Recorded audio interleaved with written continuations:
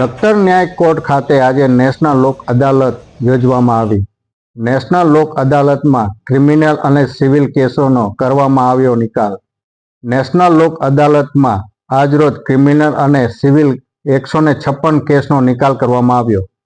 લખતર કોર્ટના ન્યાયાધીશ અને બાર એસોસિએશનની સહકારથી નેશનલ લોક અદાલતનું આયોજન કરવામાં આવ્યું.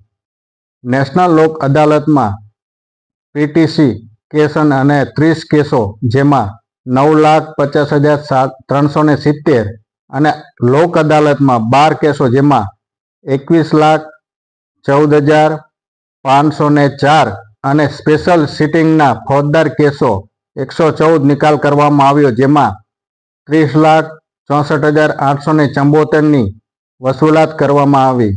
લખતર ન્યાય કોર્ટ ખાતે આજે નેશનલ લોક અદાલતનું આયોજન કરવામાં આવ્યું હતું, જેમાં લખતર ન્યાયાધીશ અને બાર એસોસિએશનના સહયોગથી લખતર ન્યાયાધીશના અધ્યક્ષ સ્થાને રાખવામાં આવ્યું હતું, જેમાં બાર એસોસિએશનના સહકારથી નેશનલ લોક અદાલતનું આયોજન કરવામાં આવ્યું હતું, જેમાં પ્રીલિટિગેશનના 30 કેસો, જેમાં 9,50,370 રૂપિયાની વસૂલાત કરવામાં આવી.